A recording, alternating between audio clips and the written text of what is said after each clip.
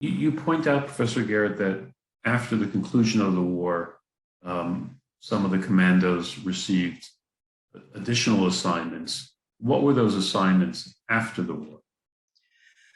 So that's one of the sort of darker stories I tell, not only the internments, but with the ex-troop, the British government, it decides not to give them naturalization papers. So they're fighting the whole war as stateless people.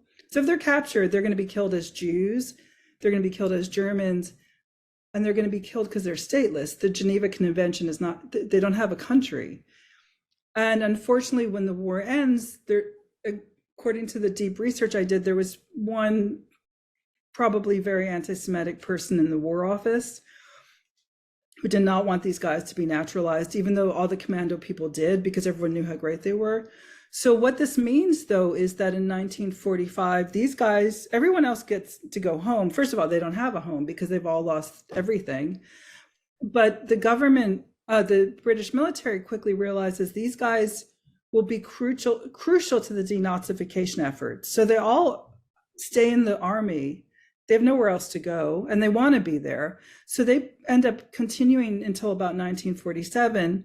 And like Manfred Gans, amazing, this Orthodox Jewish guy, he's sent back to his own hometown of Borken, Germany, to be in charge of the denazification efforts. And it's incredible because he knows who the bad guys are and who the good guys are, and he's in control now.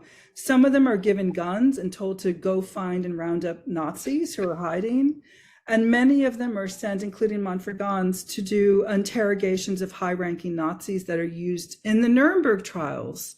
So they end up, almost all of them, in fact, I think basically all of them stay in the British military until about 1947. The whole time, Brian Hilton Jones is fighting fiercely to get his boys naturalized. And so are a lot of other men in the military. There's just this one guy who's not going to allow it. He's finally overridden in 1947, and they all get their naturalization papers, and then they leave the military. A lot of them migrate to the United States, some of them go to Canada, and the rest remained in the UK. And I think one or two make their way to Israel.